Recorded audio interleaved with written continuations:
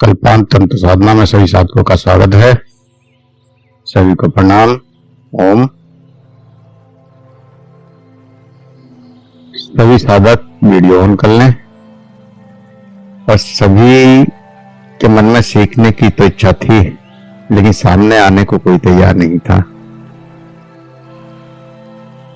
और जब सामने आने के लिए कहा गया तो आज की स्थिति आप सभी देख रहे हैं। सीखना सब चाहते हैं, लेकिन हिम्मत किसी की नहीं है। पाना सब चाहते हैं, लेकिन पाने के लिए कुछ करना होता है। सत्य को स्वीकार करना होता है। सत्य को स्वीकार करने की हिम्मत किसी में नहीं होती।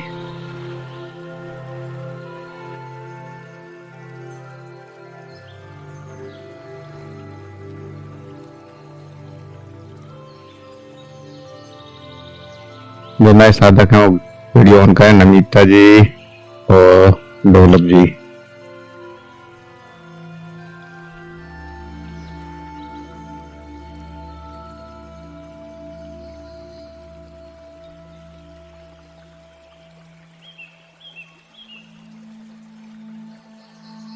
कल एक अभ्यास आपको बताया गया था, तो वो अभ्यास किसने किया?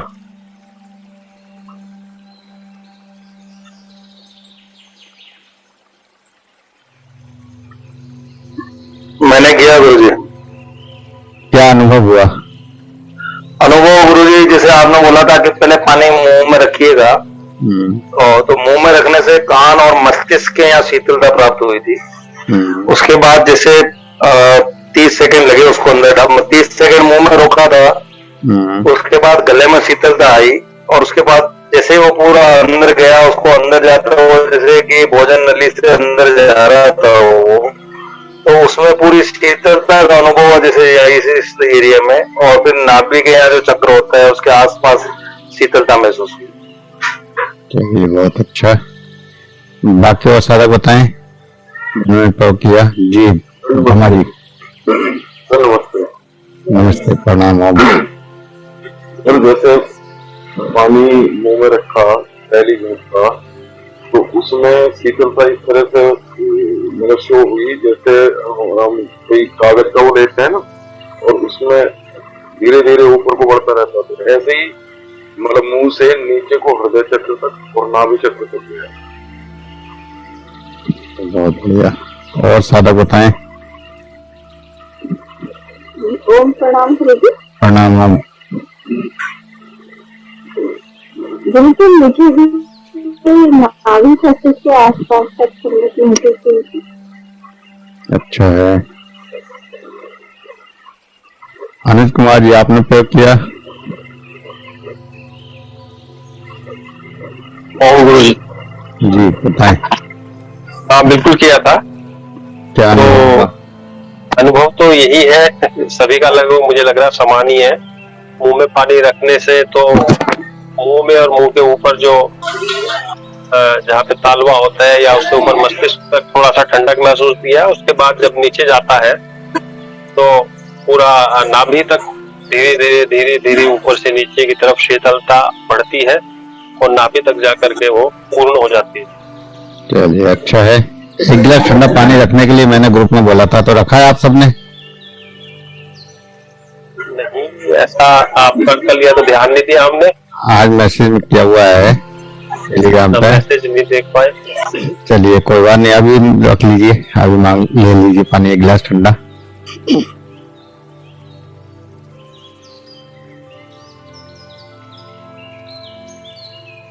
ले लिया गुरुजी। बाकी सब भी ले लें।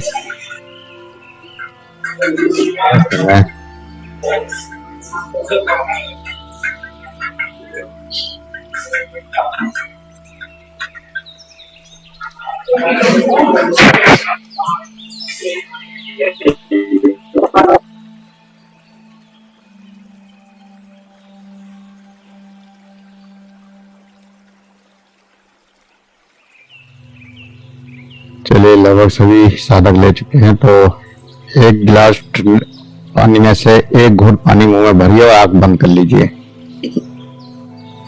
मुंह में भरकर रोकिए, आंख बंद कर लीजिए।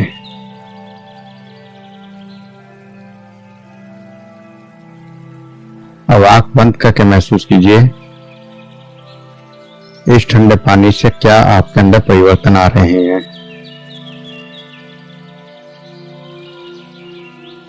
इस पानी की ठंडे पानी की तरंग, इस ठंडे पानी की संवेदना,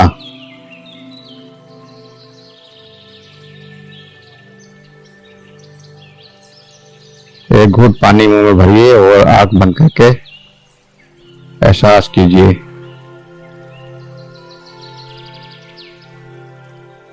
इस पानी की शीतलता, इस पानी की तरंग, इस पानी की ऊर्जा।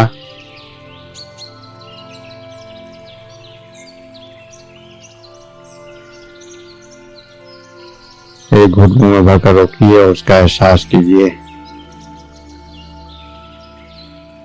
और महसूस कीजिए उससे उठते हुए भाव। आपको अपनी तरफ से बुद्धि का प्रयोग नहीं करना है, कोई कल्पना नहीं करनी है। मुंह में एक गिलास पानी रखा और उससे आपके अंदर जो भाव पैदा हो, जो भाव स्वयं आए। कुछ सोचने की जरूरत नहीं है, कुछ कल्पना करने की जरूरत नहीं है, बुद्धि का प्रयोग बिल्कुल नहीं करना है। केवल मुंह में पानी भरकर रोकना है और फिर उसका एहसास। जब पानी गर्म हो जाए, ठंडक खत्म हो जाए तो उस पानी को पी लेना, फिर दूसरा घूंट भर लेना।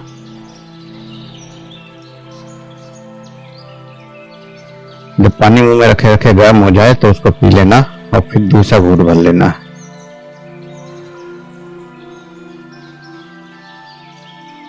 और उस पानी से आपके अंदर क्या संवेदनाएं पैदा हो रही है, क्या तरंगें पैदा हो रही है, कैसी ऊर्जा पैदा हो रही है, क्या अनुभव हो रहे हैं, क्या एहसास। पानी मटके वाले लेना, फ्रिज का लेना, कोई बात नहीं, मटके का हो फ्रिज का हो एक ही बात है।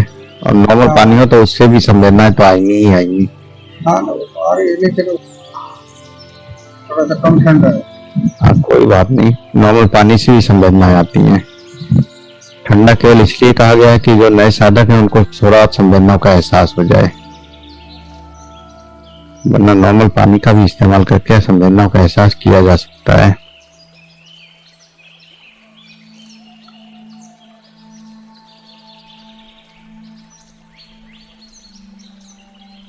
तो जो भी तरंगों का एहसास हो रहा है, जो भी संवेदनाओं का एहसास हो रहा है, और उससे जो भाव पैदा हो रहा है, एक फीलिंग, उस फीलिंग को महसूस कीजिए कि क्या फीलिंग आ रही है, क्या एहसास आपके अंदर जागृत हो रहा है। जो एहसास जागृत हो रहा है उसका अनुभव।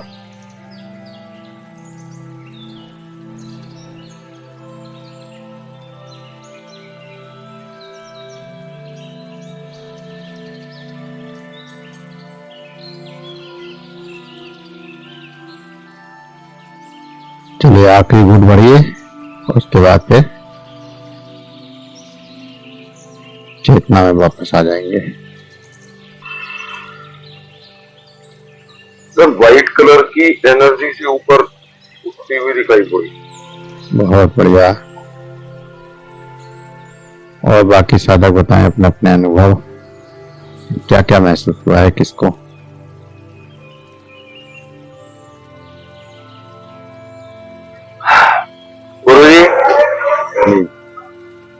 इसकी शीतलता ऐसा लगा मुझे खत्म नहीं हो रही, और जैसे समुद्र में लहरें उठ रही है और मुझे से मुंह तो है ही नहीं मेरा, और इस तरह से महसूस हो रहा है जैसे समुद्र के अपन बीच में जैसे होता है ना, आंखों से ऐसा लग रहा है जैसे समुद्र में अपन, और समुद्र में जो वेव्स आती है अप डाउन, उस तरह से महसूस हो रहा था। जैसे मुंह तो बिल्कुल गायब हो गया और जैसे समुद्र में अथाह पानी है, इस तरह से महसूस हो रहा था।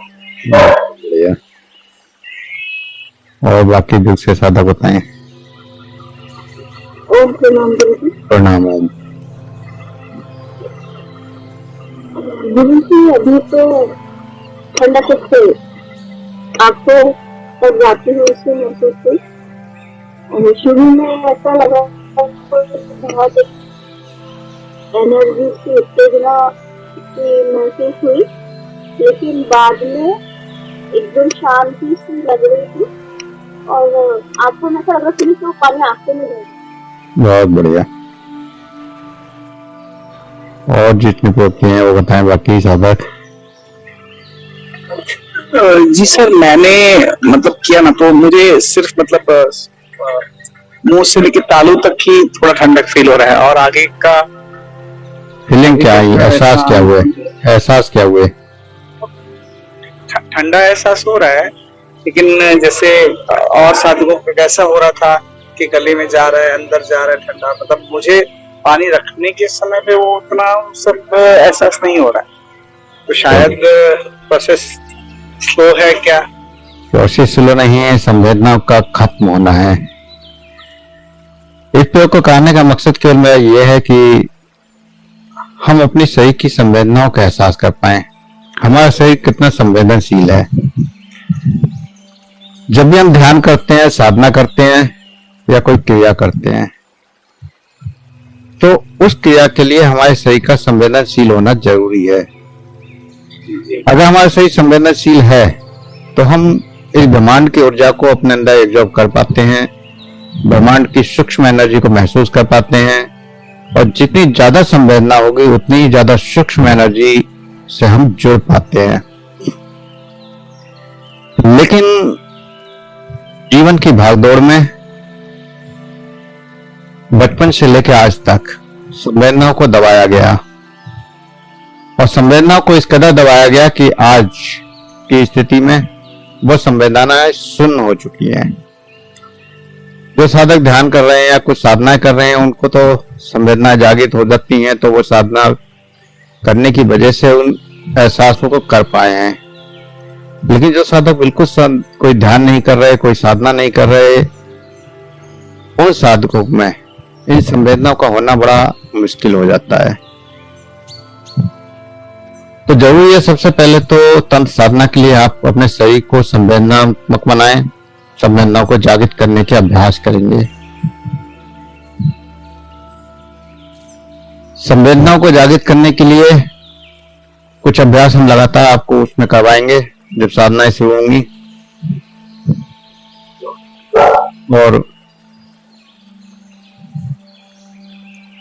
जब तंत्र साधना की बात करते हैं तो तंत्र साधना सब सीखना चाहते हैं, सब जानना चाहते हैं। और कल ग्रुप की बात करें तो इस समय 510 लोग हैं, शायद 15 हो चुके हैं। उन 515 लोगों में कल 28-30 साधक थे यहाँ। लेकिन जब सबसे वीडियो ऑन करने के लिए कहा गया, कुछ सवालों के जवाब मांगे गए, तो ना तो साधक जवाब दे पाए और ना ही उनकी हिम्मत हुई कि वो सामने आकर यहाँ पर प्रकट हो सके।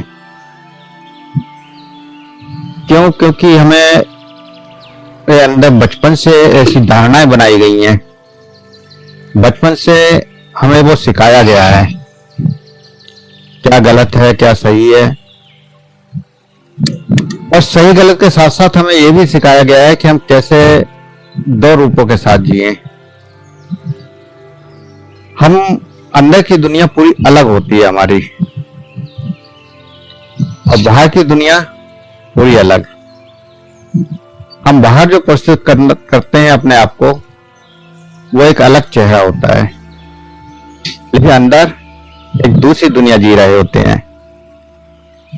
अंदर से हम दुखी हों फिर भी बाहर मुस्कुराते हुए नजर आ सकते हैं, और अंदर से मुस्कुरा रहे हो सकता है लेकिन बाहर से रोते हुए भी नजर आ सकते हैं। ऐसे भी साधक होते हैं। तो ज्यादातर तो जो साधक हैं वो अंदर से भी मुस्कुराते हैं और बाहर से भी मुस्कुराते हैं। साधक की ये पहचान है। चेहरे पर मुस्कुराहट और अंदर भी वही आनंद वो महसूस कर पाते हैं, क्योंकि वो सत्य को स्वीकार करते हैं। जो अंदर है वही बाहर प्रकट करने की कोशिश भी करते हैं।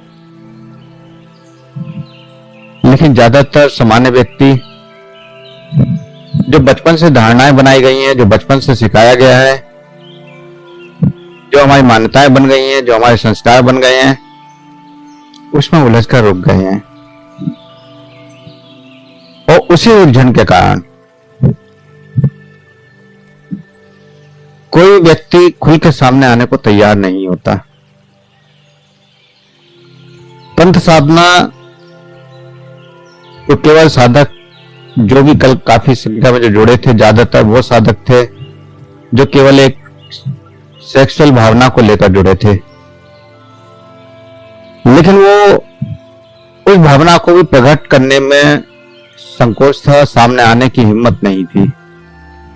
अंदर से तो सब चाह रहे थे, लेकिन बाहर से हिम्मत नहीं पड़ रही थी, क्योंकि वो अपना असली चेहरा लोगों को नहीं दिखाना चाहते। इसी वजह से ना तो वीडियो ऑन करी, और आज तो वो शामिल भी नहीं हुए काफी हद तक लोग। तंत्र साधना एक वो साधना है जो काफी रहस्यमय साधना है, और इसके रहस्य अद्भुत हैं। देखिए, इसको प्रस्तुत कुछ इस ढंग से किया गया है जिससे लोगों में भ्रम पैदा हो गया। तंत्र साधना आपके शरीर की संवेदनाओं को जागृत करती है। तंत्र साधना आपके अंदर ऊर्जा का संचार करती है, ऐसी ऊर्जा का संचार जिससे आप जीवन में आनंद पा सकते हैं, आनंद की अनुभूति कर पाते हैं।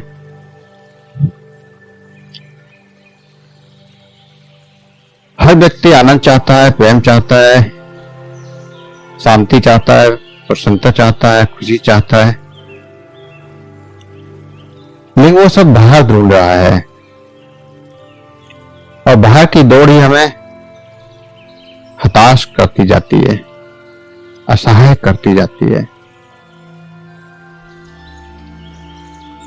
आनी जी, आपको कुछ कहना है? हैंड्स अप किया हुआ है, तो कुछ कहना हो तो कह सकते हैं ऑडियो ऑन करके।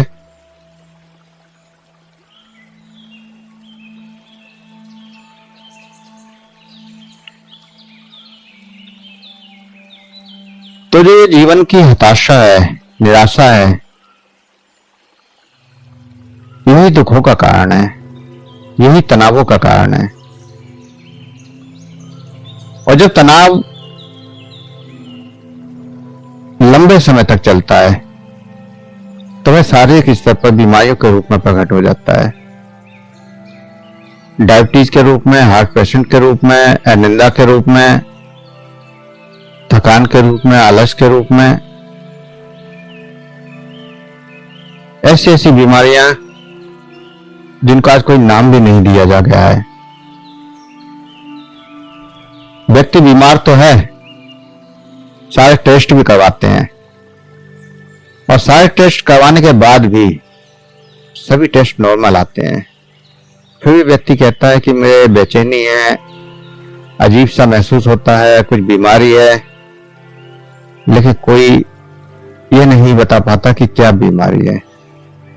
डॉक्टर के पास जाते हैं, हजारों रुपए के टेस्ट करवा देते हैं, लास्ट में डॉक्टर मल्टीविटामिन दे देके आपका टाइम पास करता रहता है। बीमारी की जड़ कहाँ है नहीं जान पाते, क्योंकि बीमारी भावनात्मक स्तर पर है, सूक्ष्म शरीर में है, सूक्ष्म स्तर पर है।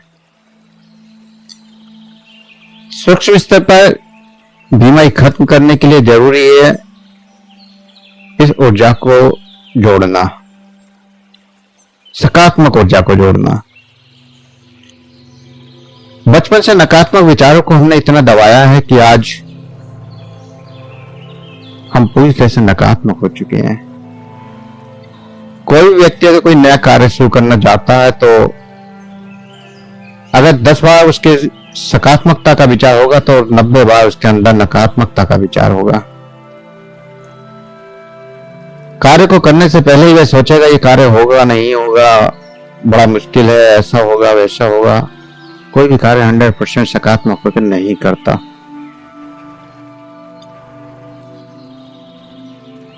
और यही डर बचपन से हमारे अंदर पाला भी गया है। डर कोई एक दिन का नहीं है, जन्मों का डर है। जन्मों से, बचपन से डराया जाता है। बच्चा छोटा होता है, उसे डराया जाता है कि इस काम को कर दे वरना मंकी आ जाएगा, लॉयन आ जाएगा, भूत आ जाएगा, बिल्ली आ जाएगी।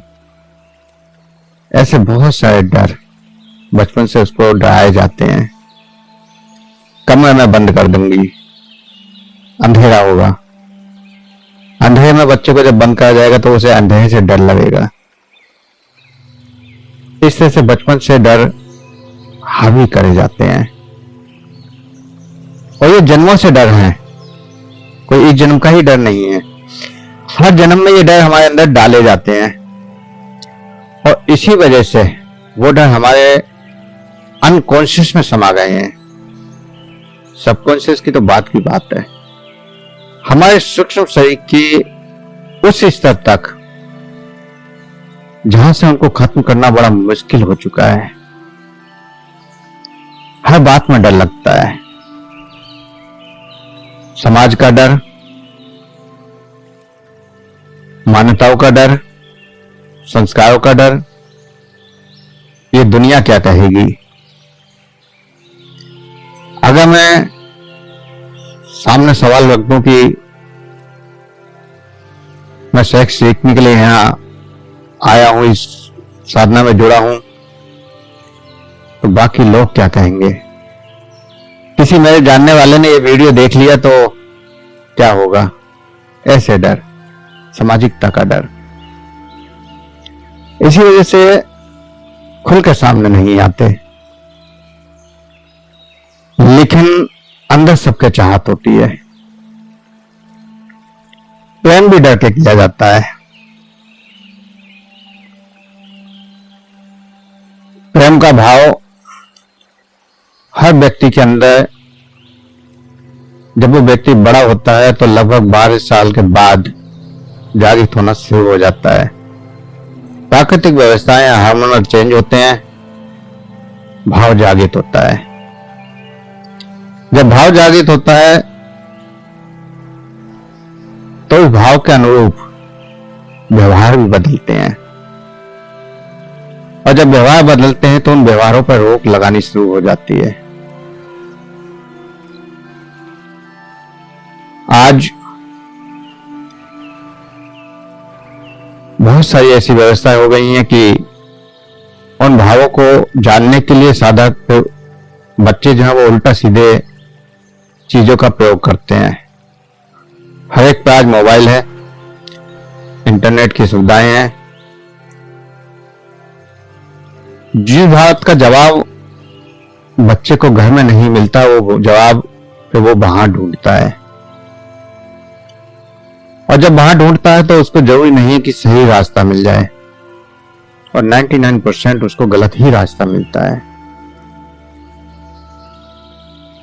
फिर दबाना भी शुरू हो जाता है। कोई लड़का लड़की से बात कर ले तो तुरंत उसे टोका जाता है कि यह गलत है, तुमको बात नहीं करनी चाहिए। अगर कोई लड़की किसी की तरफ देख ले तो तुरंत उसको टोक दिया जाता है। लगातार दबाया जाता है प्रेम को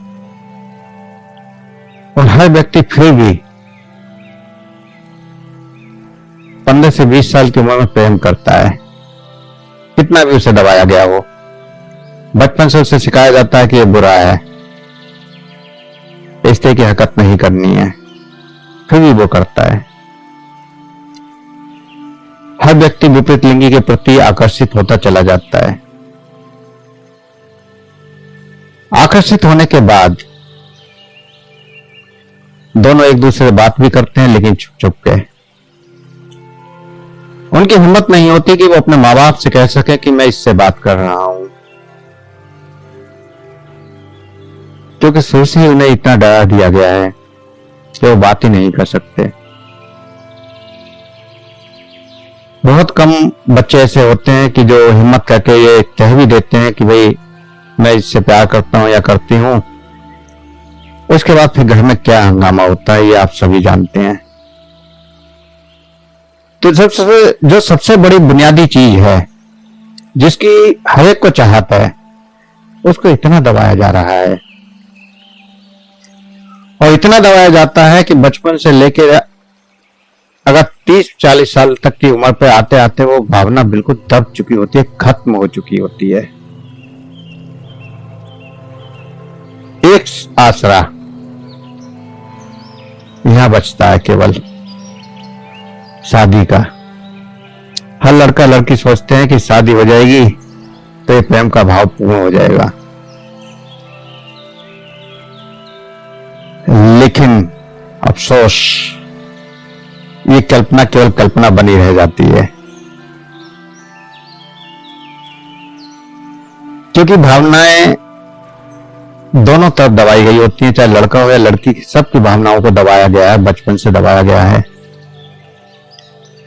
तो शादी के बाद भी वो प्रेम खुलकर नहीं कर पाते, वहां भी उनके अंदर एक डर बना होता है। कोई घर वाला ना देख ले, कोई आवाज ना सुन ले, बहुत सारे डर। बचपन के डर वो जीवन साथ नहीं छोड़ते, अंत तक डराते हैं और कोई खुल के प्रेम को स्वीकार भी नहीं करता, क्योंकि उसे पता है अगर स्वीकार कर लिया तो समाज में क्या क्या हंगामे होंगे, ये सब जानते हैं। तो केवल एक सहारा था शादी के बाद, और वो भी पूर्ण नहीं हो पाता। जब वहां भी अपूर्णता रह जाती है तो फिर व्यक्ति दौड़ता है। लड़के दूसरी लड़कियों की तरफ जाते हैं, लड़कियां दूसरे लड़कों की तलाश करती हैं, और या फिर घुट घुट के अपनी संवेदनाओं को खत्म कर देती हैं। तो दो ही रास्ते हैं, या तो घुट घुट के अपनी संवेदनाओं को खत्म कर दो, या फिर भटकाव, एक के बाद दूसरा, दूसरी बात तीसरा, तीसरी बात चौथा, लेकिन फिर भी पूर्णता नहीं होती, क्योंकि उन्हें किसी ने सिखाया ही नहीं है कि प्रेम कैसे पूर्ण होगा, कैसे प्राप्ति होगी। जिस प्रेम की वो कल्पना कर रहे हैं वो कहां पूर्ण होगा। बाहर की दुनिया में दौड़ते हैं, बाहर की दुनिया में उस प्रेम को ढूंढ रहे हैं, और ये निश्चित है कि बाहर की दुनिया में जिस प्रेम की कल्पना कर रहे हैं वो कभी पूर्ण हो ही नहीं सकती। प्रेम को अगर जानना है तो आपको आध्यात्मिक दुनिया में प्रवेश करना होगा, अंदर की दुनिया में प्रवेश करना होगा, सूक्ष्म जगत में प्रवेश करना होगा, परमात्मा के रास्ते पर चलना होगा, परमात्मा की तरह प्रेम करना होगा, परमात्मा का प्रेम। परमात्मा लगातार आपको वायु रूपी शीतलता दे रहा है। गरीब हो, अमीर हो, सुंदर हो, बदसूरत हो, अच्छा हो, बुरा हो, पापी हो, पुण्यकारी हो, बड़े से बड़ा पंडित हो, बड़े से बड़ा अत्याचारी हो, आतंकवादी हो, सबको समान रूप से दे रहा है, समान रूप से शीतलता दे रहा है। जल कोई भी पिए, शीतलता आती ही आती है। सूरज की रोशनी सबको मिलती ही मिलती है। कोई व्यक्ति अगर भोजन करता है तो पेट भरता ही भरता है। तो परमात्मा प्रदत्त हर वस्तु, हर चीज सबको समान रूप से सुख दे रही है। जब परमात्मा किसी भेदभाव नहीं करता और निस्वार्थ प्रेम की वर्षा कर रहा है, ऐसे निस्वार्थ प्रेम की जरूरत है। ऐसा प्रेम जो आपको पूर्ण तृप्ति दे। वो प्रेम केवल साधना के स्तर पर जब आप हृदय चक्र की जागृति पर पहुंचते हैं तभी जागृत हो सकता है। जिस प्रेम की कल्पना आप कर रहे हैं उसकी जागृति भी नहीं हुई होती, हाँ, पता ही नहीं होता वो प्रेम होता कैसा है, उस प्रेम में घटित क्या होगा। उसके लिए जरूरी है आपके हृदय चक्र का जागृत होना। और हृदय चक्र अगर हम कहें कि डायरेक्ट जागृत हो जाएगा तो ये भी संभव नहीं है। उससे पहले आपको नाभि चक्र को जागृत करना पड़ेगा।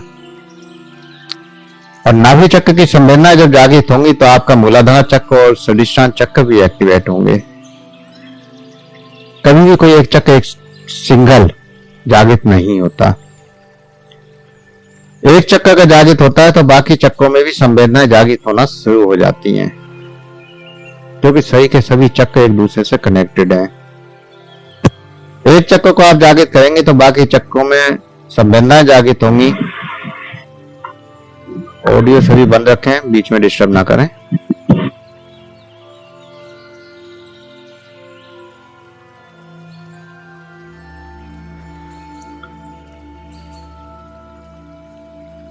तो जब एक चक्र को एक्टिवेट करते हैं, एक चक्र को जागृत करते हैं तो सारे चक्रों की संवेदना जागृत होती है। और सारे चक्रों में जब संवेदना जागृत होंगी तो सही में ऊर्जा जागृत होगी, तरंग जागृत होगी। वो तरंग जैसे अभी आपने केवल मुंह में पानी भरा और मुंह में पानी भरने से उसकी शीतलता, उसकी संवेदना, उसकी तरंग आपके पूरे शरीर में फैल गई। केवल वो संवेदना केवल आपके मुंह तक सीमित नहीं रही, आपके ऊपर की ओर भी बढ़ी, मस्तिष्क की ओर गई और नीचे की ओर भी गई, नाभि चक्र तक। और अगर सूक्ष्म संवेदनाओं का एहसास करेंगे तो ये सभी चक्रों में घूमेगी। और भी अगर गहरी सूक्ष्म संवेदनाओं में चले गए तो पता चलेगा कि पैर की उंगलियों तक ये संवेदना पहुंच गई। सिर की चोटी से लेकर पैर की उंगली तक केवल मुंह में पानी रखने से शीतलता आ गई। तो जब एक चक्र को आप एक्टिवेट करेंगे, एक चक्र को जागृत करेंगे, तो ऐसा कैसे संभव है कि केवल वही चक्र जागृत हो। और जब भी आप चक्र जागृत करते हैं, चाहे सो आप किसी भी चक्र से कोशिश करेंगे, सबसे पहले नाभि चक्र ही जागृत होगा, क्योंकि नाभि चक्र ऊर्जा का केंद्र है। आप कहीं भी किसी भी चक्र पर ध्यान लगाएं, नाभि चक्र उस ध्यान को, उस ऊर्जा को अपने ओर आकर्षित कर ही लेगा, खींच ही लेगा।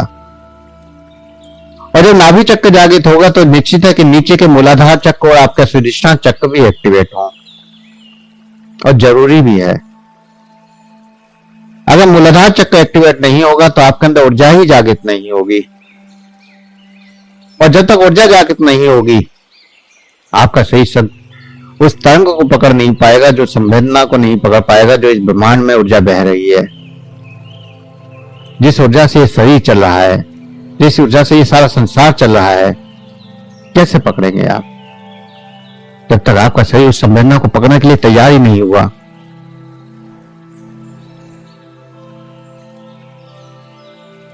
बात करते हैं संभोग से समाधि की ओर। क्या घटित होता है उस समय?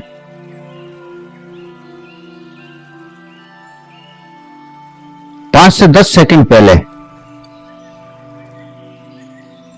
संभोग के अंतिम चरण पर, डिस्चार्ज से सही 5 से 10 सेकंड पहले, उस समय की कल्पना करके आप बताएं कि उस समय क्या होता है।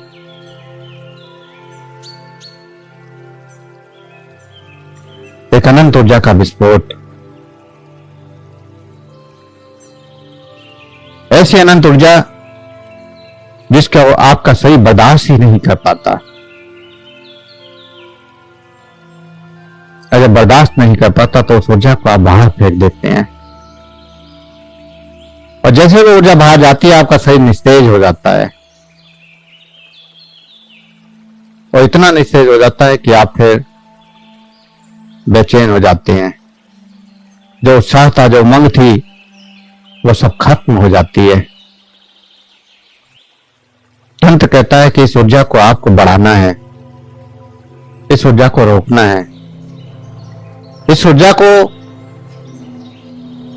जो व्यर्थ में बाहर बह गई, उस ऊर्जा को उस चरम पर ले जाना है, उस बिंदु पर ले जाना है जहां पहुंचकर आपको अनंत आनंद की अनुभूति हो जाए। जो आनंद 5 से 10 सेकंड का आपने अनुभव किया, जहां आपने अपने शरीर की सुध-बुध खो दी, अपना सब कुछ अस्तित्व खो दिया, क्या बचा उस समय? 5 से 10 सेकंड पहले की कल्पना कीजिए कि उसमें क्या बचा था। क्या आपको होश था कि आप लखपति हैं, करोड़पति हैं? क्या आपके पास इतनी गाड़ियां हैं? कोई होश था उस समय? क्या आपको होश था कि कल मुझे इतने लाख रुपए का कर्जा देना है, या होश था कि मुझे इतने लाख रुपए लेने हैं? क्या धन का, क्या दौलत का, क्या किसी और भाव का होश था उस समय? कुछ भी नहीं था, केवल शून्य, कोई भाव नहीं। ना शरीर का एहसास था, ना भावों का एहसास था। और बड़े बड़े साधक, बड़े बड़े सिद्ध पुरुष इस स्थिति को पाने के लिए जन्मों से अभ्यास करते आ रहे हैं। वह जीवन इन अनुभव को पाने में खत्म हो जाता है। हर व्यक्ति कहीं भी सत्संग में जाए, आप बड़े बड़े सिद्धों के प्रवचन सुने, एक ही बात कहते हैं कि अपने विचारों को रोकें, अपने भावों को रोकें। लेकिन क्या रोक पाए? वो जीवन चिल्लाते रहते हैं, लेकिन क्या वो स्वयं के अपने विचारों को रोक पाए, अपने भावों को रोक पाए? शायद नहीं, क्योंकि अनुभव का विषय है, शब्दों का विषय नहीं है। और इसीलिए तंत्र साधना अनुभव का विषय है, शब्दों का विषय नहीं है। हमने पानी मुंह में भरा, उसकी शीतलता का अनुभव किया, उसकी संवेदना का अनुभव किया, और जब अनुभव किया तो हमें पता चला कि यहां शीतलता आती है, संवेदना आती है, जागृति होती है। ऐसी जब तक ऊर्जा की जागृति नहीं होगी, ऊर्जा का अनुभव नहीं होगा, ऊर्जा आपके सहसा चक्र तक नहीं पहुंचेगी, तब तक आप उसका अनुभव भी नहीं कर सकते। तब साधना का शिखर है सहस्त्रार चक्र। शिव का वास स्थान है कैलाश, सबसे ऊंचा स्थान। और शिव का ही रूप है अर्धनारीश्वर रूप। अर्धनारीश्वर रूप स्त्री और पुरुष का मिलन, दोनों एकाकार हो जाएं। तो साधना के स्तर पर जब आप उस चक्र पर पहुंचेंगे जहां स्त्री पुरुष का मिलन हो जाता है, एकाकार हो जाते हैं, तो परम आनंद की अनुभूति, और उससे जैसे ही आप आनंद की अनुभूति करते हैं तो वो आपके चरम पर, ऊपर कैलाश के स्तर पर पहुंच जाती है। और वो आनंद, वो प्रेम, वो कल्पना वहां आपकी पूर्ण होती है। सुनने में तो बड़ा सहज लग रहा होगा, लेकिन इतना आसान नहीं है। इस ऊर्जा को जागृत करना ही पहले तो आसान नहीं है। चलिए एक कल्पना कीजिए, यहां 20 साल से कम एज का कोई हो तो मुझे बताए, चैट में लिखे। और कोई 20 साल से कम एज का साधक है तो वो बताए, 20 साल से जिसकी कम एज है, चैट में लिख सकता है। और किसी की उम्र 20 साल से कम है,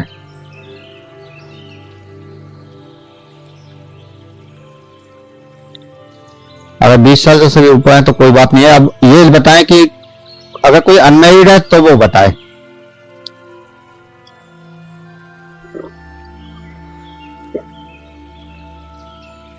कोई अनमैरिड है यहां पर?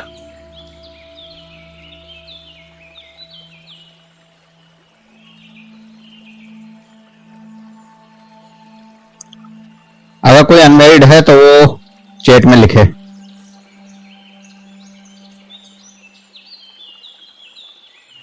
लगता है सभी मैरिड हैं, अच्छा है। जिनकी शादी को 5 साल से कम हुए हैं वो साधक बताएं, किसकी शादी को 5 साल से कम हुए हैं?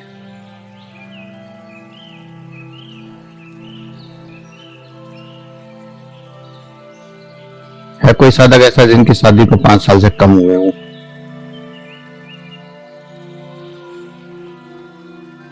मुकेश कुमार जी, पार्ची, अच्छा है। चलिए, तो ये सवाल आप दोनों से ही होगा।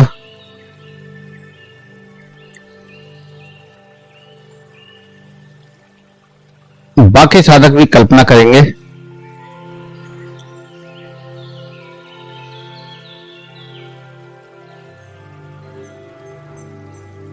जब भी आपको पहली बार किसी से प्रेम हुआ,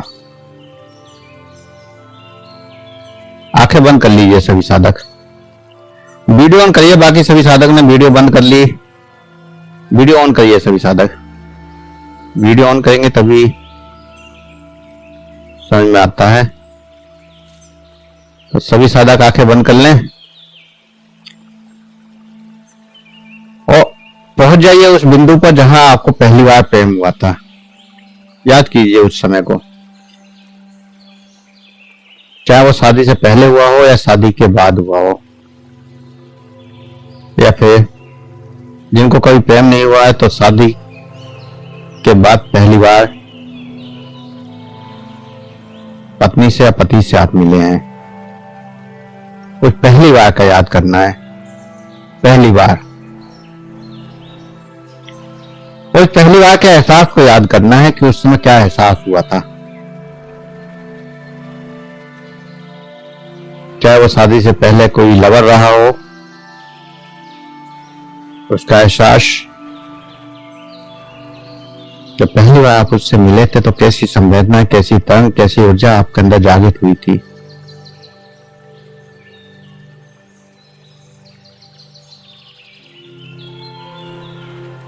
क्या अनुभव हुआ था आपके शरीर में, उस समय क्या परिवर्तन हुए थे, वो याद करने की कोशिश कीजिए। आपके अंदर ऊर्जा की क्या तरंग जागृत हुई थी, उस तरंग को याद करने की कोशिश कीजिए।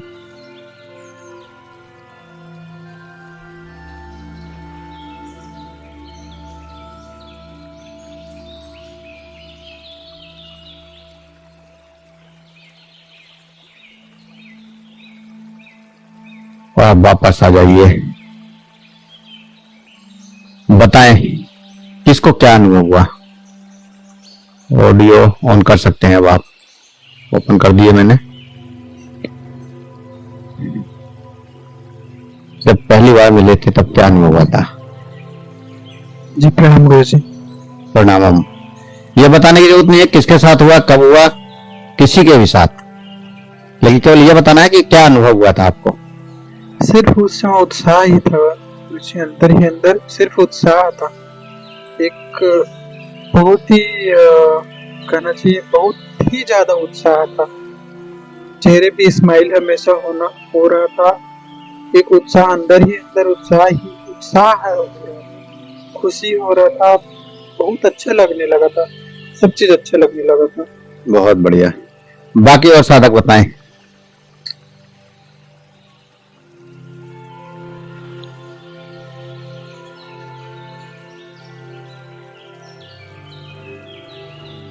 बाकी और साधक बताएं।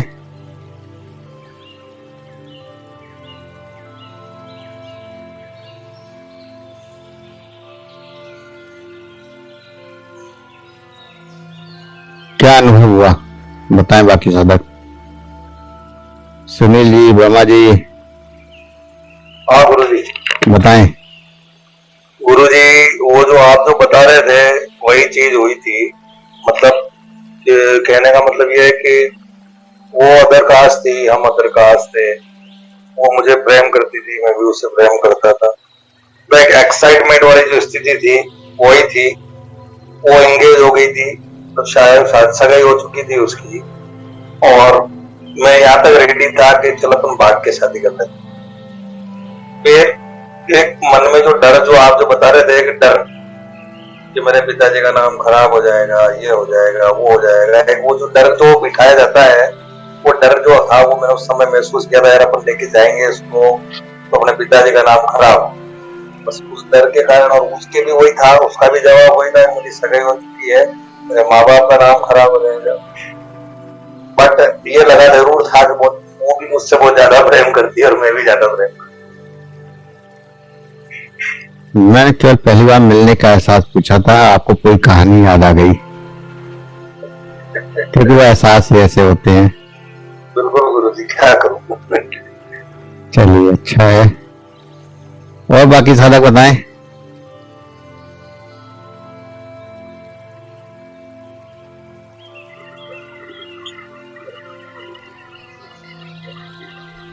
गुरुजी कुछ भी एहसास नहीं है। कुछ भी एहसास नहीं हुआ था, इसका तो मिले ही नहीं थे। चलिए, कुछ भी एहसास ना होने का मतलब है कि आपके अंदर संवेदनाएं पहले से ही नहीं थी, बचपन से ही दबा दी गई थी, खत्म हो गई थी। और जिसको अनुभव हुए हैं उनके अंदर कहीं ना कहीं वो संवेदनाएं थी, ऊर्जा थी, एनर्जी थी। और यह ऊर्जा ज्यादातर 15 से 20 साल की उम्र में होती है। अगर केवल कोई भी एक विपरीत लिंगी का फोटो देख लेते हैं तो फोटो देखकर ही वो ऊर्जा, वो रोमांस आपके अंदर जागृत हो जाता है, एनर्जी की तरंग जागृत हो जाती है, सही में कंपन पैदा हो जाता है। लेकिन वो इच्छाओं का दमन, शादी से पहले काफी उत्साहित होना, ऊर्जा का बढ़ना, लेकिन जब शादी हो गई तो फिर वो इच्छाएं पूर्ण नहीं हुई। धीरे धीरे इच्छाओं का दमन हुआ और शायद वो एक्साइटमेंट जो था, वो जो ऊर्जा बान एनर्जी थी, वो धीरे धीरे खत्म होनी शुरू हो गई, शरीर निस्तेज हो गए। तो मुकेश जी, जो पहले ऊर्जा थी आज भी वो है? नहीं, बस इतना ही बहुत है। सबके साथ यही है। ये एक की कहानी नहीं है, पूरी दुनिया की कहानी है। गुरुदेव जी, ये मैं ये जानना चाहता हूँ, अब कंपैरिजन तब और अब में 15-20 साल और आज जब हम 40 क्रॉस कर चुके हैं या 50 के आसपास है, तो आज हम कंपैरिजन कर सकते हैं या उसको एनालाइज कर सकते हैं कि वो प्रेम था या एक सिर्फ शब्द कहो तो वासना थी। हाँ बताइए आप, वो प्रेम था या वासना थी, या एक सिर्फ अट्रैक्शन ओनली फॉर अदर, मतलब एक डिफरेंट जो लिंग है उसके प्रति था तो वो प्रेम ही, लेकिन वो प्रेम का तरीका गलत था। प्रेम को हमने जाना ही नहीं था ना। प्रेम को हमने उससे पहले डिफरेंट सेक्स, हाँ, वो उस समय हमने प्रेम को जाना ही नहीं था कि प्रेम होता क्या है, और इसीलिए वो प्रेम केवल वासना बनकर रह गया। ठीक, अगर हमें पहले से पता होता प्रेम क्या होता है तो फिर वो वासना नहीं बनता। प्रेम की अनुभूतियां आगे बढ़ती रहती हैं और जो निश्चेषता बाद में आई वो निश्चेषता नहीं आती। इसलिए मैंने ग्रुप में मैसेज भी किया था कि जो बच्चे हैं 15 साल से ऊपर के बच्चे इस तंत्र साधना को ज्वाइन कर सकते हैं, क्योंकि जरूरी है उनके लिए। 60 साल 70 साल 80 साल 50 साल वालों के लिए इतनी जरूरी नहीं है। उनके लिए तो केवल परमात्मा की तरफ जाने का रास्ता है ये। अब उसका रहस्य समझने की जरूरत है। जो आप पीछे छोड़ चुके हैं, जो खो चुके हैं, उसको दोबारा पाने की कोशिश है। लेकिन उनके लिए जीवन की शुरुआत है। जो बिखराव, जो कष्ट, जो दुख हमने अपने जीवन में जिए वो उनको ना मिले, इसका प्रयास था। लेकिन इसमें ऐसे कोई साधक नहीं जुड़ पाए, और कल 2-4 साधक होंगे भी तो वो सब भाग गए, केवल इसी सामाजिक डर से कि अगर परिवार वालों ने देख लिया यहाँ पर तो क्या कहेंगे, समाज वालों ने देख लिया तो क्या कहेंगे, किसी दोस्त ने देख लिया तो क्या कहेंगे, किसी मित्र ने देख लिया तो क्या कहेंगे। इसी डर से, क्योंकि तंत्र साधना का प्रचार इतना भ्रामक हो गया है कि हर व्यक्ति केवल उसको गलत मान के चलता है, जबकि तंत्र साधना से पवित्र कुछ नहीं है और तंत्र साधना से बड़ी साधना कोई नहीं है। ऊर्जा का सही रास्ता, ऊर्जा की सही जागृति, साधना का सही अनुभव, इससे ज्यादा वो कोई साधना नहीं करवा सकती।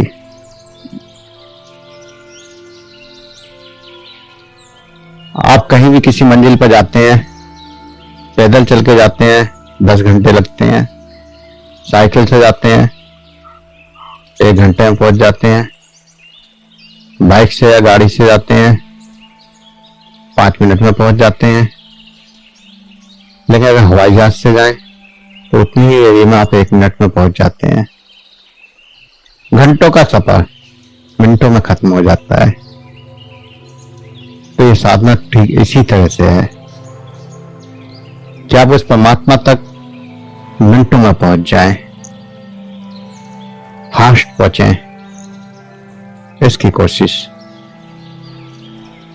ऐसी साधना जो पूर्ण तृप्ति दे, पूर्ण आनंद की उस संवेदना को जागृत कर दे जिसकी आप कल्पना कर रहे थे, जो आप दूसरों में ढूंढ रहे थे। जब भी तंत्र साधना के कैंपों का जिक्र किया जाता है तो मैसेज में लिखा होता है कि आप अपने पार्टनर के साथ आएं।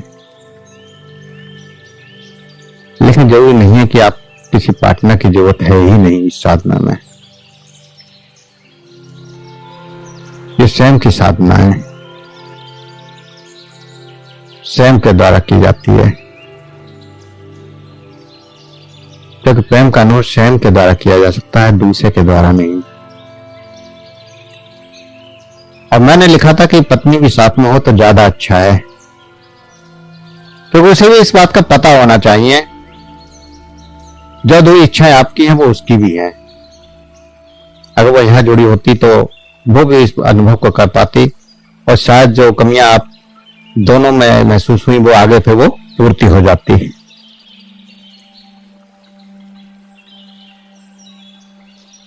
इसलिए अगर दोनों एक साथ साधना को करते हैं तो ज्यादा लाभकारी हो जाती है। वरना आप तो समझ जाएंगे लेकिन आपका पार्टनर उस चीज को समझेगा ही नहीं, और जब समझेगा नहीं तो फिर अधूरी रह जाएगी बात। तो पूर्णता के लिए दोनों अगर साधना करते हैं तो ज्यादा अच्छा है। तो आज के लिए इतना ही। अगर किसी का कोई सवाल हो तो आप पूछ सकते हैं, और किसी को कुछ कहना हो तो कह सकते हैं। गुरुजी मेरे पार्टनर क्यों बुलाते हैं वहां पे? मैंने आपसे अभी कहा कि तंत्र साधना के नाम पर भ्रम बहुत है। जो साधना करवाई जा रही है वो तंत्र साधना है ही नहीं, और वो साधना ही नहीं है, वो केवल वासना की पूर्ति है। कुछ क्षण की वासना जो आप घर में भी पूरी कर लेते हैं, तो उसको पूर्ति के लिए वहां जाने की भी जरूरत नहीं है। वहां जाकर आपको 20,000 25,000 रुपए खर्च करने की कोई जरूरत नहीं है, बस आप घर में भी पूरी कर लेते हैं। ठीक है। अगर साधना करनी है तो साधना साधना ही होती है, साधना में वासना नहीं होती। और प्रेम की शुरुआत ही वहां होती है जहां वासना खत्म हो जाए। जब तक वासना है, जब तक आपके अंदर, तब तक आप प्रेम कर ही नहीं सकते, क्योंकि वासना किसी एक शरीर के प्रति हो सकती है, 2 के प्रति हो सकती है, लेकिन प्रेम सीमित नहीं है, किसी एक से या 2 से नहीं है, पूरे ब्रह्मांड से प्रेम होता है। जैसे परमात्मा का प्रेम है, जैसे राधा कृष्ण का प्रेम है, जैसे मीरा और कृष्ण का प्रेम है। चलिए, कल तो काफी कुछ बोलना चाहूंगी। जी बिल्कुल।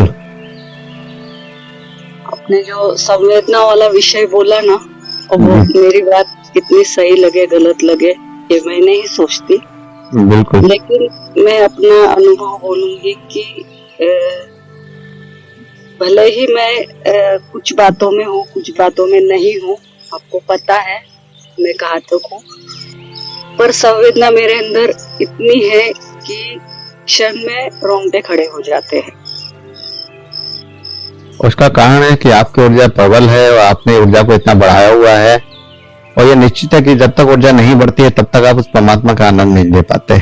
आप परमात्मा से जुड़ पाते हैं, परमात्मा का अनुभव कर पाते हैं, सूक्ष्म जगत का अनुभव कर पाते हैं। उसका कारण यही है कि आपने इस ऊर्जा को इतना प्रबल कर दिया है जिस रास्ते को हम देने जा रहे हैं वो रास्ता भी यही है कि इस ऊर्जा को इस स्तर तक पहुंचाते हैं कि आप केवल सोचने की भरगी दे रहे, आपके रोंगटे खड़े हो जाएं।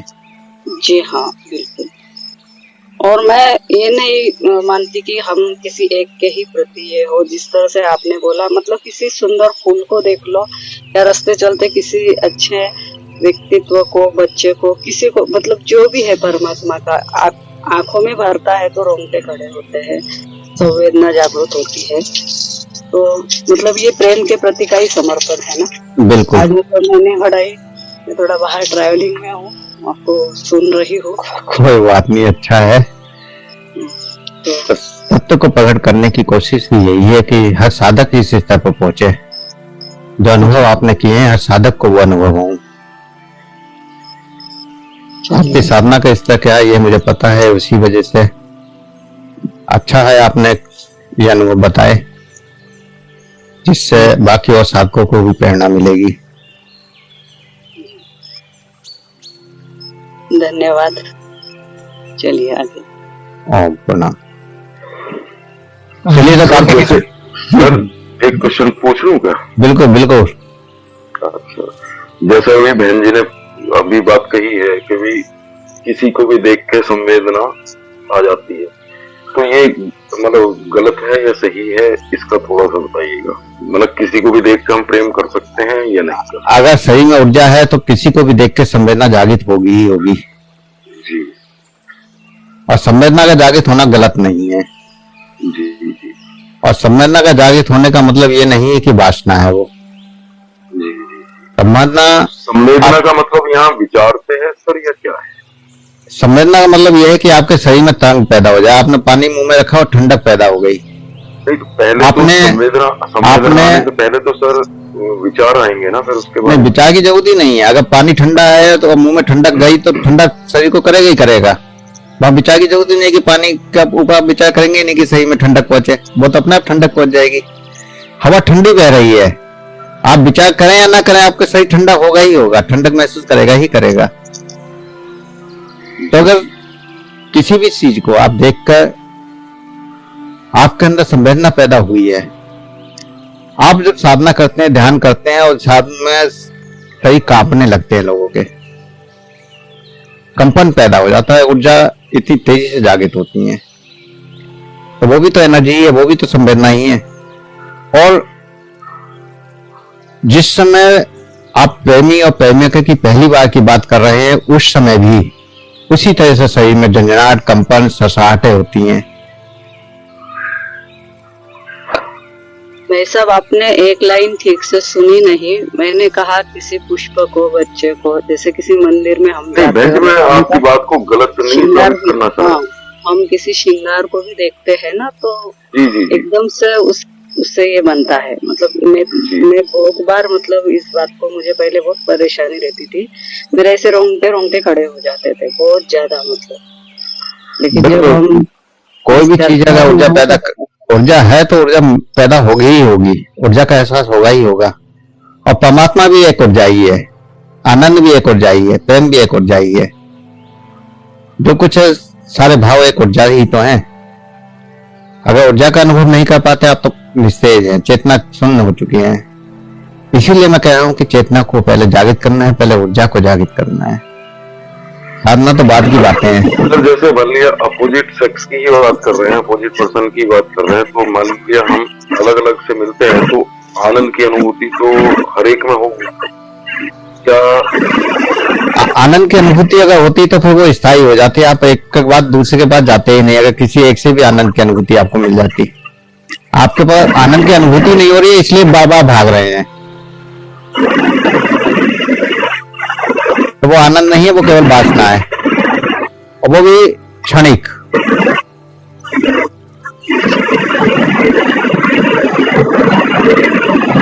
ये प्रश्न था मन में जी। आज दोपहर में एक बात 2-3 बार मेरे मन में आई, और अभी देखा तो मेरे पूछा थे, मुझे याद आ गई फिर बात आज तो पूछना चाहूंगी कि कई बार ऐसा होता है कि कुछ बच्चे बहुत अच्छे परिवार से रहते हैं, बहुत सुंदर भी रहते हैं, लेकिन उनको देख के लाड़ नहीं आता। और वही कभी आते जाते हम जो कच्चे खपरेल वाले मकान रहते, वहाँ पे एक काला सा कोई बच्चा रहता, उसको देख के बड़ा प्यार आ जाता है। एक ही बात तो है, ये ऐसा, हाँ, ये मतलब कैसा भाव हो गया, ऐसा बिल्कुल क्यों हो जाता है? यही तो ऊर्जा है। यहाँ अच्छा बुरा, काला गोरा, सुंदर असुंदर देखा ही नहीं जाता था। जब ये प्रेम जागृत होता है तो सबके प्रति होता है, जो भी सामने आ जाए, पूरी प्रकृति के प्रति, पूरे ब्रह्मांड के प्रति समान रूप से। एक बात और बोलना चाहूंगी। हमारी कवयित्री का नाम नहीं आ रहा है, राजश्री, हाँ शायद राजश्री हो आप। जी राजश्री कवयित्री याद है मुझे जी। हाँ, तो देखिएगा कि जैसे हमारे अपने होते हैं, उसे कोई कुछ बोले, भले उसकी गलती भी हो, या हमारा अपना बच्चा होता है, उसे खरोच भी आए तो हमें दर्द होता है, यानी कि हमारी संवेदना जागती है। लेकिन रास्ते चलते किसी और के साथ कुछ हो रहा है और वहां अगर हमारी संवेदना, मतलब हमें अंदर से कुछ भी नहीं लग रहा है, तो ये बात हमारे साथ ज्यादा होती है। हम किसी की ओर जब इस तरह से भी देखते हैं ना, तो एकदम मतलब हिल जाते हैं। तो यही सारी बातें हैं। आज एक्चुअल में आचार्य जी ने ये सारी बातें बोलने की कोशिश की है, और जब हमारे मस्तिष्क में कोई एक विषय को पकड़ने की बात रहती है, तो हम बाकी के विषय बस हमारे पटल से जाते रहते हैं। हालांकि मैं बाहर हूँ, लेकिन कुछ बातें सुन रही हूँ। आ जाएंगी समझ में, सब समझ में आएंगी। धीरे धीरे जैसे आगे बढ़ेंगे साधना में, सब कुछ समझ में आएगा। लेकिन आज की चर्चा बहुत अच्छी लगी, और ठीक है, कम लोग हैं, कुछ लोग अपनी कुछ कार्य, जैसे मैं भी आज बाहर हूँ, कार्य व्यस्तता के कारण आए नहीं। कार्य बस कम नहीं है, सामने आने की वजह से वो कम हुए हैं, क्योंकि कल सख्ताई से कहा गया है कि वीडियो ऑन रखनी है सबको। जी जी। और जब वीडियो ऑन करने के लिए कहा गया तो सब गायब हो गए हैं।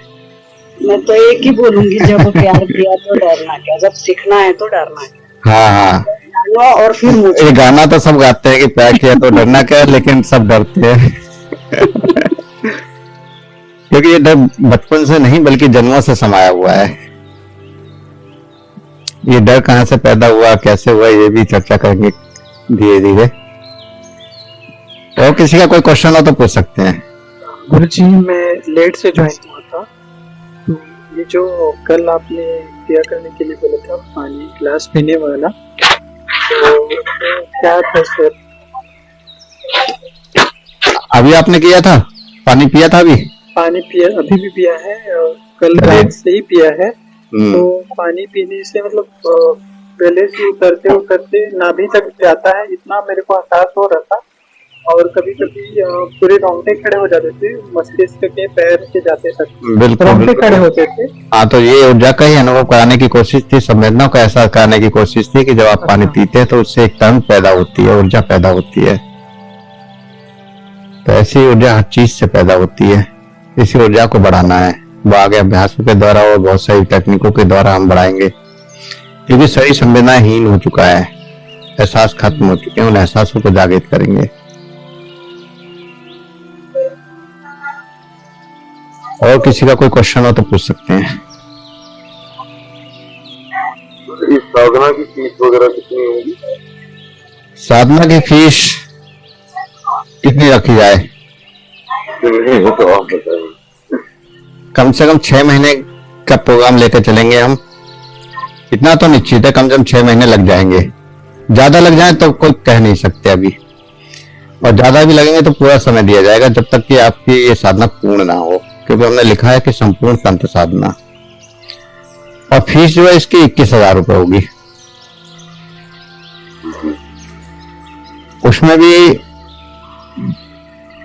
जो साधक हमसे लगातार जुड़े हुए हैं उनको कुछ कंसेशन कर देंगे, और जो साधक ये लाइव डेमो 5-6 दिन जितने दिन भी चलेगा वो लगातार लेगा, उसको 50% लेस रहेगा, क्योंकि सबके नाम की रिकॉर्ड लिस्ट बनाई जा रही है कि कौन किस दिन जो है कितने साधक ज्वाइन हुए हैं।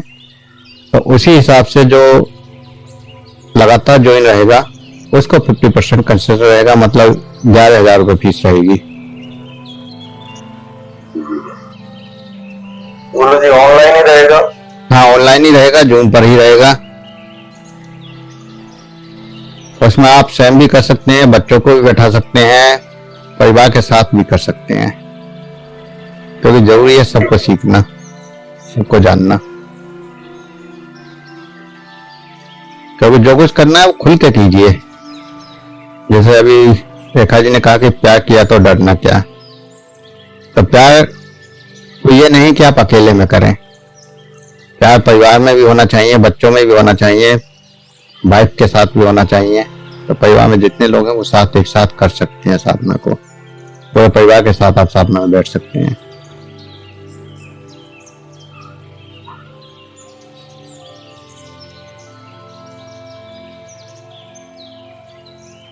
गुरु जी, और जैसे एक ऐसी फैमिली में पली बड़ी जहाँ पे हमारे फादर भी शुरू से कहते थे कि बच्चों को भी कोई पसंद रहेगा तो हम उसी के साथ उनकी शादी कर देंगे। तो कुछ उसमें दबाव वाली कोई बात नहीं, लेकिन मन में बेसिकली सोचे हाँ कोई टेंशन रहेगी कभी जब अगर किसी के साथ कुछ ऐसा रिश्ता बने तो शादी तो हो जाना घर में पहले से तो शादी, लेकिन कभी कुछ ऐसा मौका ही नहीं पड़ा। होता है, बहुत कुछ होता है, बचपन से बहुत कुछ ऐसी चीजें दबाई गई होती हैं, बताई गई होती हैं जो जीवन भर परेशान भी करती हैं। ऐसी बहुत सारी बातों पर चर्चा करेंगे धीरे धीरे, समय के साथ साथ हर विषय पर चर्चा होगी। क्योंकि जब 6 महीने हैं तो 6 महीने में कोई ऐसा विषय नहीं बचेगा जिसकी चर्चा ना हो, और कोई और भी विषय रह जाएंगे तो आगे भी चर्चा चलती रहेगी। इसलिए शुरुआत करने का तो टाइम होगा, खत्म करने का टाइम नहीं होगा।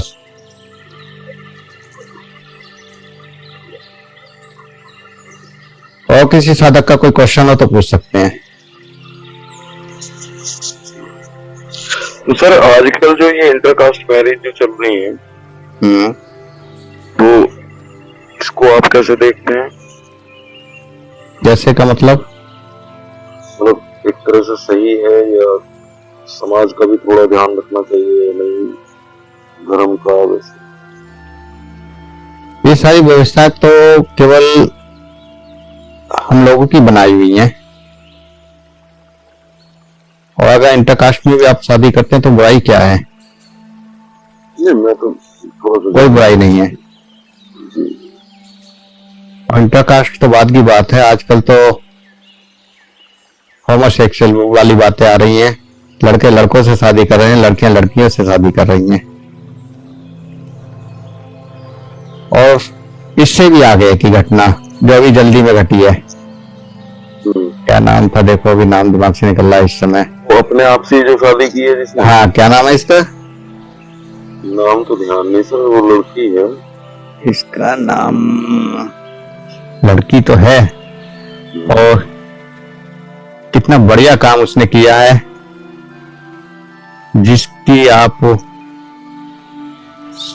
साधना करेंगे या जिस चीज को आप जानने की कोशिश करेंगे, जिसको आप सीखने की कोशिश करेंगे, उसने बिना सीखे ही कर लिया। लेकिन कहीं ना कहीं उसने ऐसा नहीं है कि एकदम उसके अंदर ये विचार आया होगा, जन्मों की साधक है वो। बेशक उसकी साधना आज जागृत नहीं हुई हो, लेकिन जन्मों में जागृत हो चुकी है, और उसने इस बार तो उसका प्रारूप, उसका फल मिला है उसे। तो काफी, हम तो कह रहे हैं, लोग कह रहे हैं कि समाज के विपरीत है वो, लेकिन उससे कोई फर्क नहीं पड़ता। दुनिया क्या कहती है इससे हमें मतलब नहीं होता, लेकिन जो सत्य है वो सत्य है। क्षमा बिंदु करके है गुरुजी, क्षमा बिंदु करके है, गुजरात की लड़की है जिसने खुद से शादी की। उनके हल्दी मेहंदी और शादी की फोटो सोशल मीडिया पे है जी। 11 जून को उन्होंने शादी किया है, शादी का फैसला लिया है, सोशल मीडिया पे काफी चर्चा में है जी। 8 जून को अपने घर पर ही शादी रचाई। तो अभी आप इस चीज को देखिए कि स्वयं से प्रेम, सेल्फ लव, इतनी बड़ी चीज जो बड़े बड़े साधक करने की कोशिश कर रहे हैं, उसने करके दिखा दिया। तो इससे बड़ी साधिका और कौन हो सकता है? तो उतना पता नहीं है कि उन्होंने कैसे किया। देखिए, जानता मैं भी नहीं हूँ और जानते आप भी नहीं है, लेकिन उनकी जो कारनामा है वो बताता है। ये उसका जो कारनामा है, गुजरात के बड़ोदरा की रहने वाली 24 हाँ जी। लड़की 11 जून को खुद से शादी करने वाली है। हाँ जी, तो उसका क्षमा बिंदु नाम है। क्षमा बिंदु, हाँ आपका एक मैसेज है जी। और ये मैसेज 3 जून का। हाँ, मैंने मैसेज डाला था, अखबार में आया था, तो मैंने उसका नेट पर ढूंढ कर फिर उसको कॉपी करके डाला था। एक ब्राजील में किया था एक मॉडल ने। हाँ, वो काफी पुरानी बात हो चुकी है। 2 सितंबर 2021 में खुद से हाँ, शादी रखा कर पुरानी बात हो चुकी है, लेकिन नहीं, ये बात थी, भारत की बात थी। भारत में पहली घटना है ये। क्षमा बिंदु। हाँ, लेकिन इससे पहले मीरा ने भी यही घटना घट चुकी है, मीरा के साथ भी, जिसको वो नहीं जानते। मीरा ने भी तो कृष्ण से भी प्रेम कर लिया था यार, स्वयं के साथ ही तो प्रेम कर लिया था, स्वयं से ही तो प्रेम कर लिया था।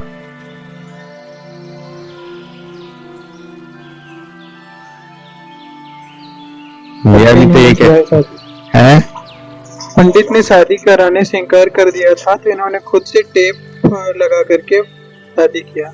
हाँ, कोई फर्क नहीं पड़ता है, वही मैं कह रहा हूँ, प्यार किया तो डरना क्या। तो अगर प्रेम करते हैं तो खुल के कीजिए, सबसे कह के कीजिए और पूरे परिवार के साथ कीजिए। अगर आप अकेले प्रेम कर रहे हैं तो इसका मतलब कहीं ना कहीं आपके मन में वासना है, गलत है वो आपके विचार। और अगर आप खुल के कर रहे हैं तो वो सत्य है, और सत्य को स्वीकार करने में कोई बुराई नहीं है। तो प्रेम चाहे अदर कास्ट में किया जाए, अदर कास्ट में शादी की जाए, या स्वयं से शादी की जाए, या फिर किसी से भी की जाए, और या शादी ना भी की जाए, तो भी फर्क नहीं पड़ता। जो है वो है, प्रेम है तो है,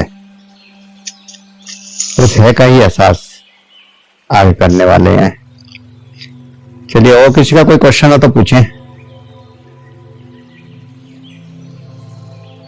सर, मेरा क्वेश्चन एक ये है कि यही टाइमिंग हमारी पूजा पाठ का होता है 10 बजे के आसपास। पूजा पाठ ही चल रहा है ये भी, इससे बड़ी और पूजा क्या होगी? जो जीवन की पूजा करके आपको क्या मिलेगा? जो पूजा करके मिल रहा है वो उससे ज्यादा आपको यहाँ मिल जाएगा। वो तो बात सही है, लेकिन उसको बीच में ब्रेक लगाएं सर। ब्रेक लगा सकते हैं, लेकिन ये तो लंबी बात है, 6 महीने की बात है। इसका टाइम 9 बजे का कर देंगे, देखते हैं। मगर बीच बीच में वो कोर्स चलते रहते हैं तो फिर भी टाइम बार बार चेंज करना पड़ेगा। तो ये लेकिन बात क्या है, आपने आज तक जितनी पूजा पाठ की है ना, उसी का फल है कि आपको आगे की श्रेणी में स्वीकार क्या है। जो आ रहा है, जैसे आ रहा है, उसे स्वीकारिए ना। नहीं, सही कह रही बहन जी आप। पूजा का या आराधना का या साधना का स्टेप उस चीज आगे का- बढ़ना है ना। बच्चा सारी उम्र बोर्नविटा थोड़ी पिएगा। आत्म पूजा, हाँ? ये आत्म पूजा है, आत्मा की पूजा, इसमें जाना है। जी जी, तो ऐसा समझिएगा कि अब आपका पूजा का स्तर बदल गया है, बढ़ गया है, एक पायदान आगे चल गए हो। क्योंकि आप उस पूजा में भी बैठोगे ना साथ, तो आपको ध्यान इधर जाएगा। यदि हम समय नहीं बदलते, आप वहाँ सिर्फ शरीर रूप से बैठोगे, लेकिन ध्यान यही रहेगा। दूसरा, जब आप वहाँ पूजा कर रहे होते हैं उस समय भी आपके मन में बहुत सारे विचार आ रहे होंगे, लेकिन जब इस यहाँ पर आप सुन रहे हैं तो शायद आपके मन में केवल एक हमारे ही विचार चल रहे होंगे, और किसी के विचार इस समय नहीं आ रहे होंगे, या सब्जेक्ट से संबंधित ही विचार होंगे और इधर उधर के विचार नहीं होंगे। ये ऊर्जा का प्रभाव है। इससे बड़ी और क्या साधना होगी? जिस चीज को हम पाना चाहते हैं वो आपको यहाँ मिल रही है। पूजा का आखिरी फल मैं ये मानता हूँ कि मानसिक पूजा। बिल्कुल। जब आप उसमें फिर आपको किसी सामान की जरूरत नहीं, किसी और चीज की जरूरत नहीं, किसी बत्ती जलाने की, अगरबत्ती की जरूरत नहीं। मानसिक हो रहा है और वो मानसिक कर रहे हैं तो आप भगवान को प्रकट सकते हैं। अच्छा है, हम लोग उस परमात्मा की सच्ची पूजा के लिए या सही तरीका क्या है उसकी ओर बढ़ रहे हैं, और ये तभी संभव हुआ है जब वो ऊर्जाएं आपका इस रास्ते को दिखा रही हैं।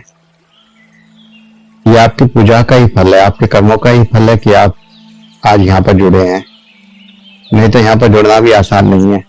कल हमने कोई चर्चा नहीं की थी, केवल सवाल पूछे थे, केवल इसीलिए कि जो साधकों का जो बाकी साधक जो कल जो गए थे ना सर, हो सकता है ये भी रीजन रहा हो कि आपकी तरफ से कुछ नहीं बोला गया था। मैंने ये वजह से इसीलिए नहीं हुआ था कि लोगों को अब जो निकल के आए हैं बचे हुए, उनको जरूरत है इसकी। परमात्मा चाहता है कि उनको कुछ मिले, और जिनको परमात्मा नहीं चाहता वो ऐसे ही छट जाते हैं।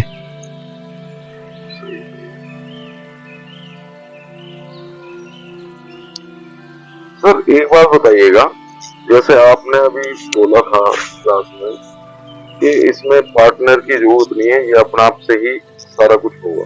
तो जैसे हम भैरवी साधना करते हैं तो भैरवी साधना में बोलते हैं कि फिर पार्टनर या मतलब उसमें योनि की पूजा जैसे करते हैं, तो उसमें पार्टनर की रिक्वायरमेंट होती है या नहीं? किसी भी साधना पार्टनर की जरूरत नहीं होती। ये सब हम पैदा किए हुए हैं, लोगों ने गलत रास्ते बनाए हुए हैं और कुछ हासिल नहीं होता है ना कि भाई हासिल भी कुछ नहीं होता। हाँ जी हाँ जी। हाँ, उन तो जैसे साधनाओं बताते हैं भैरवी साधना में कि भैरवी साधना में योनि को देख के जब किया जाता है तो ये तो हाँ, तो मैं बता रहा हूँ। हाँ जी। इतना करने के बाद भी, जब करने के बाद भी उन्हें हासिल क्या होता है? अब वो भैरवी साधना करा हुआ हो, उसको आप पूछिए कि क्या मिल गया उसे? एक कोई कल्पना ही तो लेके आ गया, वो कल्पना से आगे उसने कोई अनुभव नहीं किया, केवल एक कल्पना की ऐसा हो जाता होगा, ऐसा होता होगा, केवल बता दिया गया, लेकिन उसे अनुभव क्या हुआ? कुछ भी नहीं। असली तो बात अनुभव की है।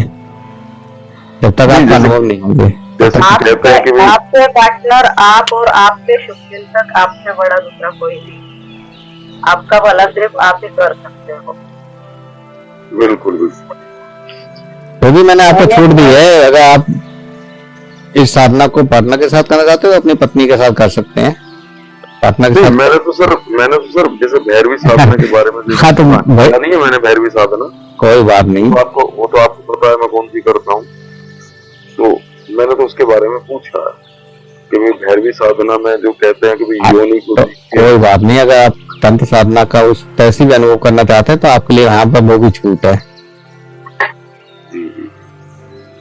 तो आप यहाँ पर उस पैसे भी कर सकते हैं।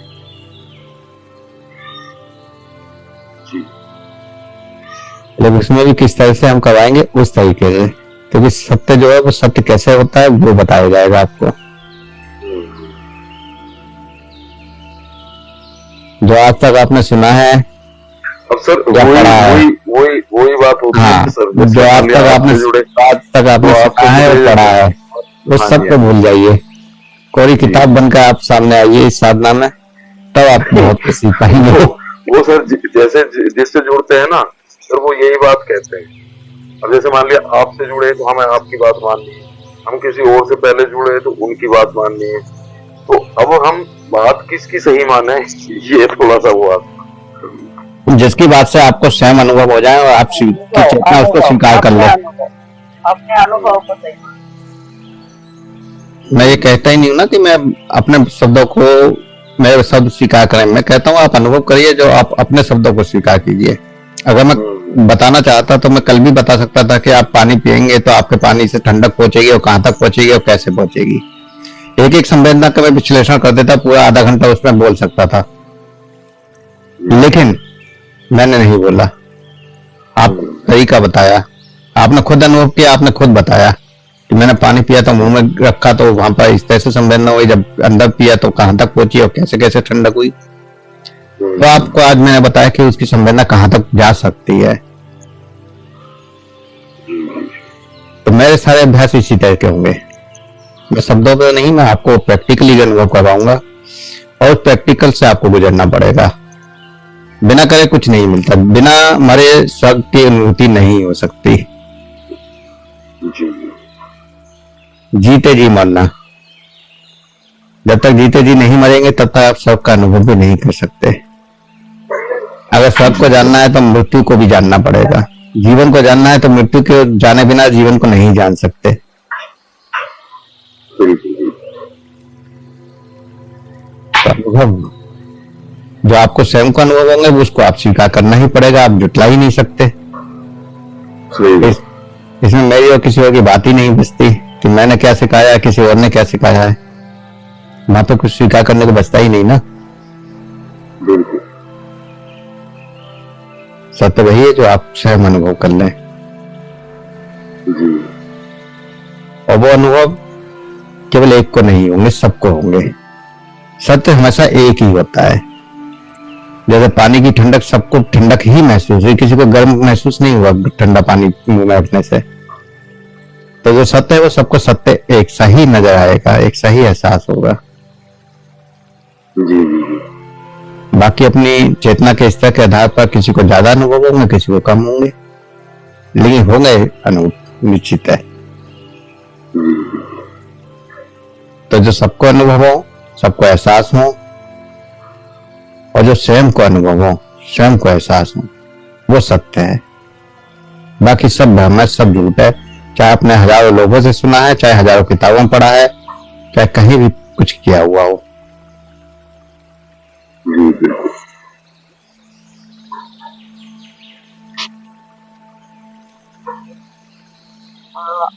अभी जो बात कर रहे थे उससे एक बात बोलना चाहिए। आपकी काफी साधना की यात्रा लंबी दिखती है और हमें ऐसा लगता है कि आप बहुत कुछ करते हुए आए हो, सुनते हुए आए हो। जो भी किया है उसका पूर्ण अनुभव नहीं हुआ और कुछ तो अनुभव हुआ है, इसलिए आप उसके शोध में आगे बढ़े हो। अगर आपको कुछ भी अनुभव नहीं होता तो आप और कुछ सोचते नहीं, बस पूर्णत्व की ओर जाने के लिए यहाँ तक आए हो।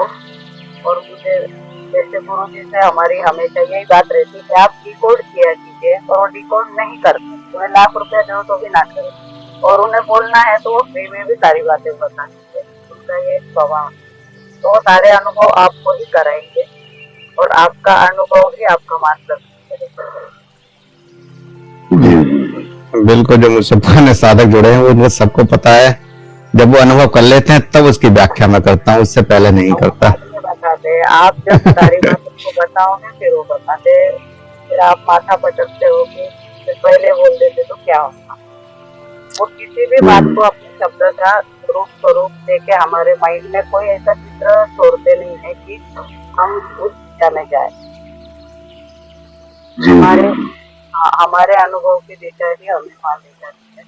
तो आप बिल्कुल कीजिए, आपके अंदर में इस बात की दृढ़ता को बहुत ज्यादा महसूस करें। बस कंपेयर किसी से मत कीजिए, क्या हुआ और क्या नहीं हुआ। कोई कल्पना ही नहीं दी जाएगी। कल्पना का रास्ता अलग है। कल्पना तो दुनिया में बट रही है, तो कल्पना नहीं दी जाएगी, आपको स्वयं के अनुभव करवाए जाएंगे। और कृष्ण की कृपा हो या शिव की कृपा या फिर राम की कृपा, हनुमान की कृपा, या फिर स्वयं के चेतना की कृपा, या फिर जन्मों की साधनाएं जो की हैं उनकी जागृति, किसी भी तरह से जब ऊर्जा जागृत होती है, परमात्मा चाहता है तो वो साधक यहाँ तक पहुंच ही जाता है, उसको रास्ता मिल ही जाता है। और जो साधक जिस स्तर का होता है उसको उसी स्तर का वो मिलता है। जब तक आप उस स्तर पर नहीं पहुंचते तब तक आपको उस स्तर का गुरु या उस स्तर का सिखाने वाला मास्टर भी नहीं मिल पाता। तो ये सब परमात्मा की इच्छा है। आप उस स्तर तक पहुंच चुके हैं, वही साधक यहाँ तक आए हैं, और अगर आगे जाने का स्तर आपका तैयार हो रहा होगा, क्योंकि मैं नहीं जानता और आप भी नहीं जानते, ये वो परमात्मा जानता है। तो आपको चेतना का स्तर उस स्तर पे आ गया होगा तो आप आगे बढ़ेंगे, आगे कोर्स में जुड़ेंगे और अनुभव करेंगे। बिल्कुल बिल्कुल। तो इसमें भी थोड़ा सा और भी कंसेशन हम आपको कर देंगे। जो साधक निरंतर 5 दिन हमारे साथ में रहेंगे उनके लिए, बाकी जो कंसेशन आपको क्यों करना है? जिससे लेना है उसने तो खुशी से डबल देना है। वो बाद की बात है। हाँ? जी, मैंने बात हमारा मकसद होता है कि अधिक से अधिक लोगों तक हम अपनी बातों को, अपनी चीजों को पहुंचाएं। इसलिए आपको पता है कि हम साधना को ऐसे उस कंडीशन में दे देते हैं कि जो एक फ्री का भाव है, कोई वेट नहीं होता। हम एक तरह से खाली फ्री के तरह से हम दे रहे हैं लोगों को सब चीजें। मैं अगले 2-3 दिन में थोड़ा ये रहूंगी, शायद वासे नेट मिले न मिले, पर जाते जाते अभी एक ही बात कहूंगी कि यहाँ पे गुरु जी के साथ जितने लोग यह करेंगे, यह स्वयं के लिए नहीं करेंगे, आप इसके मास्टर बनोगे और आप आने को ये चीज सिखाओगे, बताओगे, कितना आप यहाँ पे तैयार होगे। तो बिल्कुल हो सके तो इनके शब्दों के नोट्स बनाना।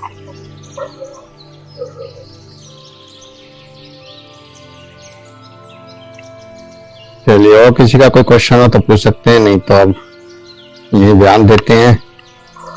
कल के लिए कोई अभ्यास दे रहे हैं गुरु जी? कल के लिए कोई अभ्यास नहीं है। आज जो हमने बातें कही हैं उन पर विचार विमर्श कीजिए, अपना मंथन कीजिए कि हमने जो बताया है उसको मंथन आपको करना है। दिन में जब भी समय मिले इन बातों को याद करना, जो भी हमने आज बताई हैं। कम से कम एक बार तो आपको 10-15 मिनट इन बातों पे अपने अंदर फिर से रिवीजन करना है, और उस समय आपको क्या जवाब आते हैं, क्या अनुभव होते हैं, उनको आप कीजिएगा। तो आज के लिए इतना ही। सभी को प्रणाम। ओम प्रणाम से प्रणाम प्रणाम। ओम शुभ रात्रि।